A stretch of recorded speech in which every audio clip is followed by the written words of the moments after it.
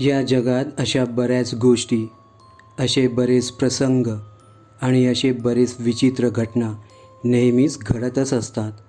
आपले बुजुर्ग नेहमी आपल्या अनुभवाच्या आधारे आपल्याला या बाबतीत नेहमीच चांगलेच सांगण्याचा प्रयत्नही करतात.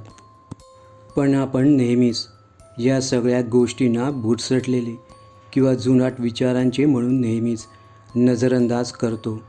परिणामी कळत नकळत जे घडते ते आपल्याला सोसावे लागते. अशीच एक भयंकर घटना अतुल बिरवाडकर यांच्या बाबतीत घडलेली.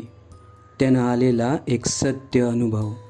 त्या रात्री रत्नागिरीला जाताना निवळी फाट्याजवळ अतुल बिरवाडकर यांच्यासोबत जे काय ते भयंकर घडले ते आपण पाहू. साधारण साल 1978मधील ही घटना आहे. मागच्या 10 वर्षापासून अतुल बिरवाडकर हे मुंबईच्या दादर या ठिकाणी वास्तव्याला होते. अतुल बिरवाडकर, त्यांचे आईवडील, त्यांची बायको व 3 वर्षांची त्यांची लहान मुलगी असा त्याचा परिवार होता व त्याचे आजी आजोबा व काकांचा परिवार कायमस्वरूपी रत्नागिरीला राहायला होते. तसे अतुलच्या परिवाराचे त्यांच्या सगळे नातेवाईकांशी संबंध अगदी जिव्हाळ्याचे होते. म्हणून प्रत्येक नातेवाईकांकडे त्यांचं येणं जाणं नेहमीच असायचे आणि तसंच प्रत्येक वर्षी गावात होणाऱ्या धार्मिक कार्यक्रमाला अतुलचे आईवडील प्रामुख्याने उपस्थित राहायचेच. अतुलच्या परिवाराचे पिढ्यानपिढ्या हे गावाकडचेच राहणारे म्हणून अतुलच्या आईवडिलांचे धार्मिकतेकडे अधिक कल होता. ते श्री गुरुदेव दत्तांचे कट्टर भक्त होते. त्यांच्या पुण्यामुळे, त्यांच्या भक्तीमुळेच त्यांचं आयुष्य आजवर अगदी सुरळीत चालले होते. पण अतुलला मात्र या सगळ्या गोष्टींवर अजिबात विश्वास नव्हता. देव देवस्की अशा गोष्टींवर तो नेहमीच इग्नोर करायचा. अतुलचं आपल्या आईवडिलांवर जीवापाड प्रेम होते. तो त्यांचं सगळं नेहमीच ऐकायचा. तो आईवडिलांची नेहमीच कदर करायचा. आईवडिलांच्या बाबतीत त्याच्या मनात खूपच आदर होता. तसं अतुलचं कपड्यांचा बिझनेस होता.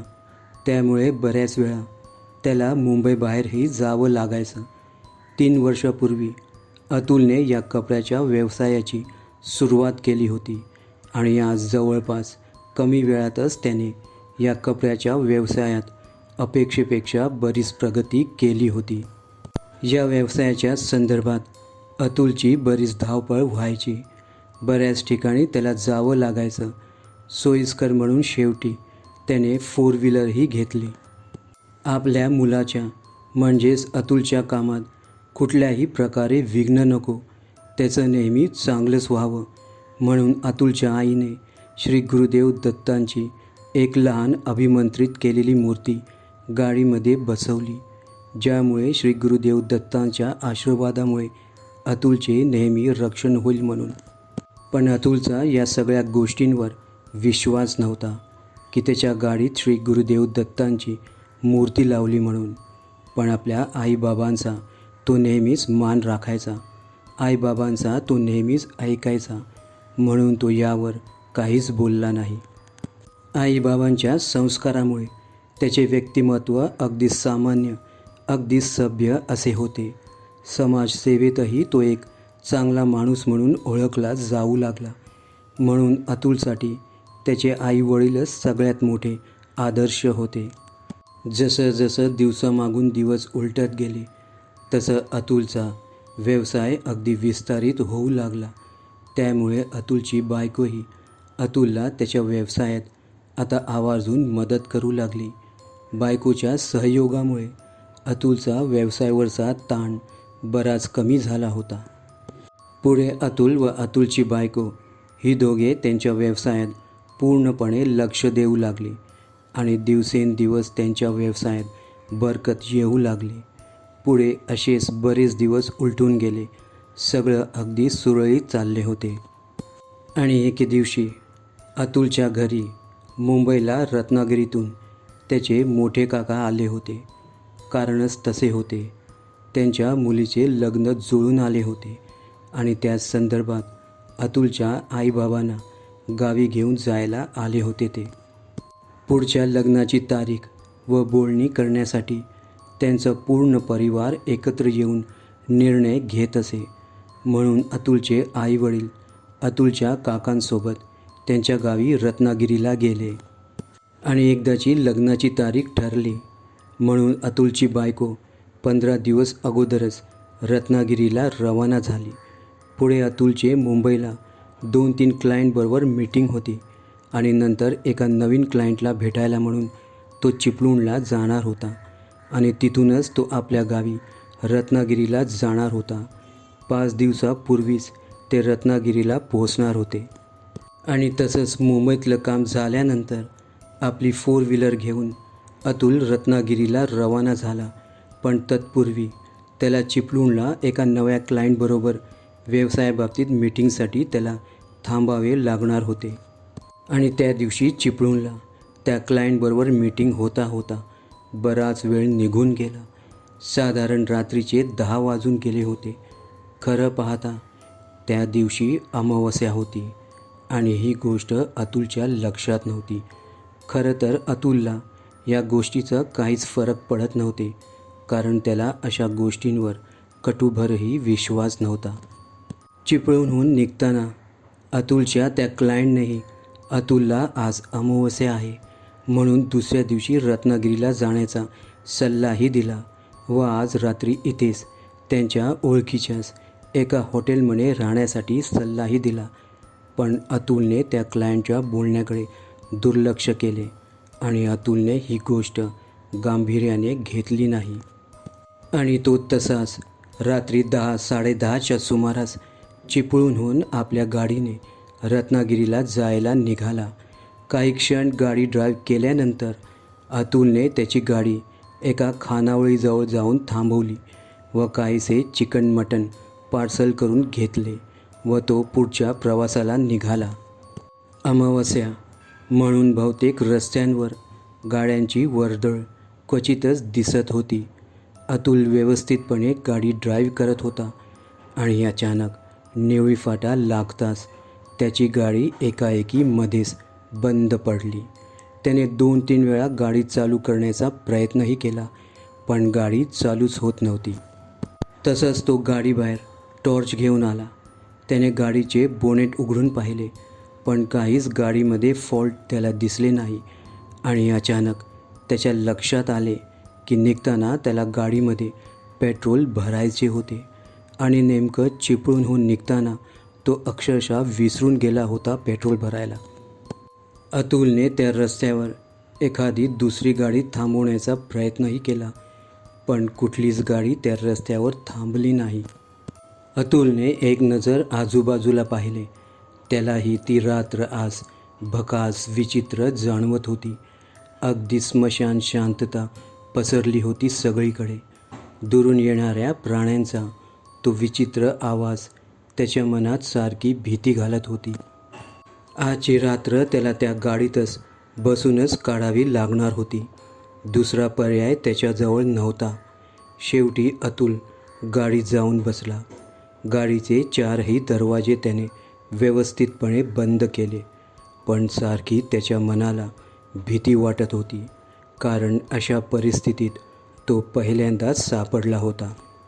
साहजिकच अशा परिस्थितीत एकट्याने राहायला कोणालाही भीती वाटणे शक्य होते. काही क्षण तो तसाच गाडीत बसून भिरभिरत्या नजरेने आजूबाजूची काही हालचाल निहाळू लागला आणि नंतर भूक लागल्याने त्याने आणलेले ते चिकन मटनचे पार्सल घाईघाईने फस्त केले.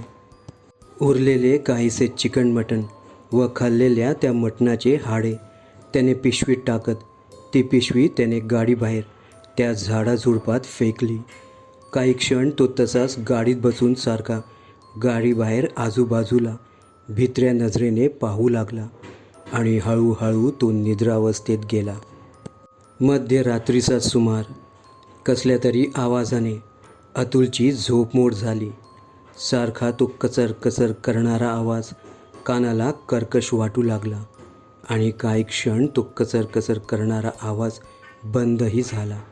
पण नंतर अतुलला जोरात लघुशंकेला आली, म्हणून नाईलाजाने तो गाडी बाहेर आला.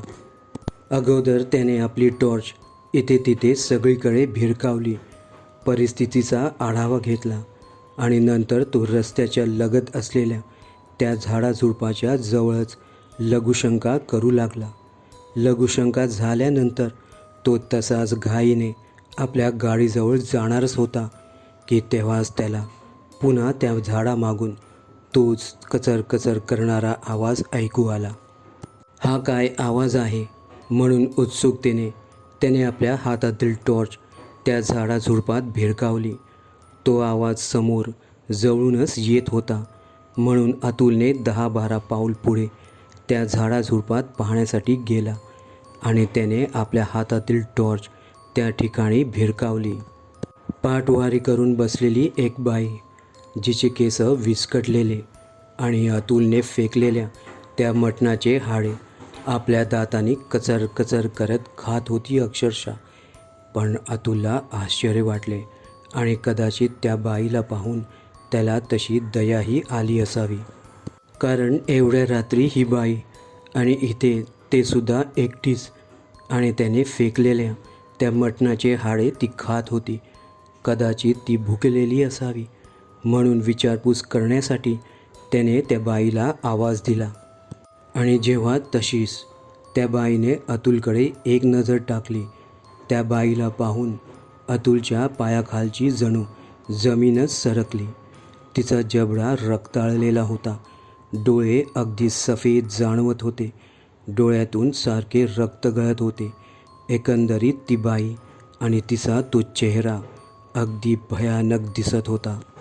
आणि तशीच ती बाई जागेवरून उठली आणि अतुलच्या दिशेने येऊ लागली. त्या बाईला पाहून आता अतुल प्रचंड घाबरला होता. थरथरत्या पायाने तो तसाच पळत आपल्या गाडीजवळ येऊन लगेच आपल्या गाडीत बसला. तसेच त्याने गाडीचे हेडलाईट्स बंद केले व गाडीच्या आत असलेली लाईटसुद्धा बंद केले. हा काय तो प्रकार त्याने आपल्या आयुष्यात कधीच पाहिला नव्हता. दरदरून त्याच्या अंगाला भीतीने घाम फुटू लागला. तशी ती अमानवीय बाई त्या झाडाझुडपातून बाहेर आली आणि तशीच ती अतुलच्या गाडीजवळही आली आणि गाडीच्या काचीतून भयान नजर टाकत ती आत पाहू लागली. अतुल कसाबसा घाबरतच स्तब्ध होऊन त्या ड्रायव्हरच्या सीटवर गप्प बसला होता. ती बाई त्या गाडीभोवती भिरभिर करत गोल गोल फिरू लागली आणि अधूनमधून त्या गाडीला हलवत ती गाडीचा दरवाजा उघडण्याचा प्रयत्न करू लागली. यामुळे अतुलची घाबरगुंडीच उडाली होती. आणि तसंच त्या पिशाच बाईने त्या गाडीचा दरवाजा अक्षरशः तोडला आणि ती गाडीच्या आत जाऊन अतुलला बाहेर खेचण्याचा प्रयत्न करणारच होती की एका तीव्र झटक्याने ती मागे सरकली. तसंच त्या बाईने आपली मान वळवून बाजूला पाहिले. श्री गुरुदेव दत्तांची अभिमंत्रित केलेली मूर्ती पाहून ती झटकन गाडीबाहेर आली. श्री गुरुदेव दत्तांच्या त्या मूर्तीच्या प्रभावामुळे तिला आत गाडीत जाता येत नव्हते. आणि ही गोष्ट अतुलच्याही लक्षात आली की त्या मूर्तीमुळेच ती बाई आत येऊ शकत नव्हती, कारण अतुलनेही पाहिले ती पिशाच बाई वारंवार गाडीत असलेल्या त्या श्री गुरुदेव दत्तांच्या मूर्तीकडे भिरभिरत्या नजरेने घाबरतच पाहत होती. पण तिला गाडीत प्रवेश करण्याचं धाडसही होत नव्हते. हातात आलेली शिकार निसटताना पाहून ती पिशाच बाई जोरजोरात किंचाळू लागली आणि वारंवार विचित्र आवाज काढत अतुलला घाबरवत ती त्याला गाडीबाहेर येण्याचा इशारा करू लागली. पण अतुल मात्र आपल्या गाडीतच त्या ड्रायव्हरच्या सीटवरच स्तब्ध बसला होता. तो आता जाणून होता की त्या श्री गुरुदेव दत्तांच्या मूर्तीमुळेच ती पिशाच बाई आत येऊ शकत नाही. आपण इथे सेफ आहोत. ते काही क्षण त्या पिशाच बाईने अतुलला घाबरवण्याचा प्रयत्नही केला आणि नंतर ती दिसेनाशी झाली. पण तोवर अतुल प्रचंड घाबरल्याने गाडीतच बेशुद्ध होऊन पडला होता. सकाळ होताच अतुलची गाडी रस्त्यावर पाहून आणि अतुलला बेशुद्ध अवस्थेत पाहून लोकांची गर्दी जमली आणि त्यातीलच एकाने पोलिसांना फोनद्वारे कळवलेही. साधारण सकाळी 9-10च्या सुमारास पोलीस आले आणि नंतर त्या पोलिसांनी अतुलला जवळच्या एका हॉस्पिटलमध्ये घेऊन गेले. जवळपास 3-4 दिवस तो बेशुद्ध अवस्थेत हॉस्पिटलमध्येच होता. पोलिसांनी अतुलच्या बॅगेतून त्याच्या मुंबईच्या आणि रत्नागिरीच्या घराचा पत्ता शोधून काढला आणि तसं त्यांनी रत्नागिरीला त्याच्या घरच्यांना अतुलबाबत कळवलेही. शुद्धीवर येताच त्याच्या चेहऱ्यावर भीतीचे वण स्पष्ट दिसत होते. तेव्हा तो काहीच बोलण्याच्या अवस्थेत नव्हता. म्हणून त्याच्या काकांच्या मुलीचे लग्न जे 4 दिवसांवर आले होते त्याची तारीख पुढे ढकलण्यात आली. नंतर हॉस्पिटलमधून त्याला डिस्चार्ज मिळाले. काही दिवस तो रत्नागिरीलाच गावाला होता आणि नंतर हळूहळू त्याची प्रकृती सुधारू लागली. आणि आपल्यासोबत घडलेला तो भयंकर प्रकार अतुलने आपल्या घरच्यांना कथित केला. त्याला आता या गोष्टीची जाणीव झाली होती की या जगात देव आहे ते, आणि आपल्या आईवडिलांच्या पुण्याईमुळेच, श्री गुरुदेव दत्तांच्या आशीर्वादामुळेच, त्याच्या कृपेमुळेच त्याचा जीव वाचला होता ते. आज अतुलही आपल्या आईवडिलांसारखे श्री गुरुदेव दत्तांच्या सेवेला लागला आहे. मित्र हो, या अनुभवाबद्दल आपल्या प्रतिक्रिया कमेंट बॉक्समध्ये द्यायला विसरू नका आणि त्यासोबत लाईक्स आणि शेअर करायलाही विसरू नका. धन्यवाद. तुमच्याकडेही असे काही अनुभव किंवा गोष्टी असल्यास खाली डिस्क्रिप्शनमध्ये दिलेल्या ईमेलवर तुम्ही ते पाठवू शकता.